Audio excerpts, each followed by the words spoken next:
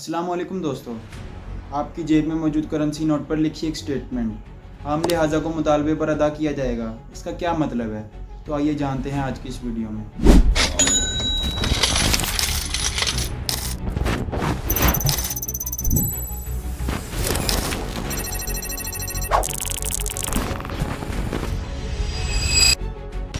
दोस्तों, इस स्टेटमेंट का मतलब है कि आपकी हुकूमत आपके मुतालबे पर आपको इतना सोना अदा करने की पाबंद है, चाहे वो नोट 10 का हो, 100 का हो, 500 का हो या 1000 का या 5000 का। आपकी हुकूमत आपको उस नोट के बराबर सोना अदा करने की पाबंद है। लेकिन एक इंटरेस्टिंग फैक्ट, अगर आज पाकिस्तानी सारी पॉपुलेशन ये सारे note state bank of Pakistan को वापस करना शुरू कर दे तो ओनली 20% सिर्फ इस्तेमाल के काबिल होंगे। बाकी 80% नोट वर्थलेस होंगे, उनकी कोई वैल्यू नहीं होगी, बिकॉज कि उन नोटों के बराबर हमारे पास सोना मौजूद नहीं है। दोस्तों, सुनने में तो ये बहुत अजीब लगता है, लेकिन ये हकीकत है। तो आइए जानते हैं इसके पीछे की हकीकत को। दोस्तों, आफ्टर वर्ल्ड वॉर 1 1923 में जर्मनी में एक ऐसा क्राइसिस आया था जिसमें करेंसी वर्थलेस हो गई थी, बिकॉज कि आपको छोटी छोटी प्रोडक्ट्स बाय करने के लिए लार्ज अमाउंट ऑफ मनी चाहिए होती थी।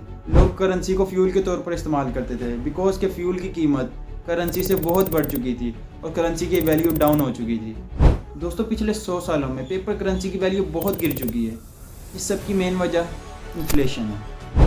इन्फ्लेशन को अगर मैं आसान अल्फाज में बयान करूं तो इन्फ्लेशन एक बेसिकली टैक्स है जो अमीर और गरीब दोनों को देना होता है, और आज के दौर में इन्फ्लेशन की सबसे बड़ी वजह पेपर करेंसी है और इस पर दिया जाने वाला सूद है। जिस तरह हम IMF से या किसी और आलमी इदारे से डॉलर्स में कर्जा लेते हैं तो वो डॉलर्स हमारे पास पेपर करेंसी की सूरत में ट्रांसफ़र नहीं होते, बल्कि वो अमेरिका में मौजूद किसी बैंक के ज़रिए ऑनलाइन ट्रांजैक्शन हो जाती है। इसीलिए आज तक दुनिया में मौजूद डॉलर का सिर्फ 8 to 9% फिजिकली मौजूद है, बाकी 90 to 92% एग्जिस्ट ही नहीं करता। दोस्तों, IMF के चार्टर में ये बात मौजूद है कि IMF की इजाज़त के बगैर कोई मुल्क सोने या चांदी के सिक्के जारी नहीं कर सकता। अगर कोई मुल्क ऐसा करने की कोशिश करेगा तो उस पर पाबंदी लगा दी जाएगी, उसको बैन कर दिया जाएगा। दोस्तों, बहुत से मुल्कों ने ये काम करने की कोशिश की, लेकिन वो सब ख़त्म हो चुके हैं। अब वो मुल्क IMF की इजाज़त के बगैर फाइनेंस मिनिस्टर नहीं लगा सकते।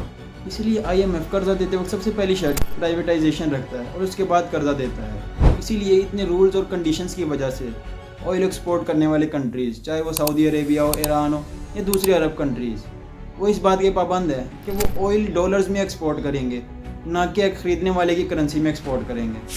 तो दोस्तों, इसी तरह हमारे इर्द गिर्द डॉलर का ट्रैप फैला हुआ है।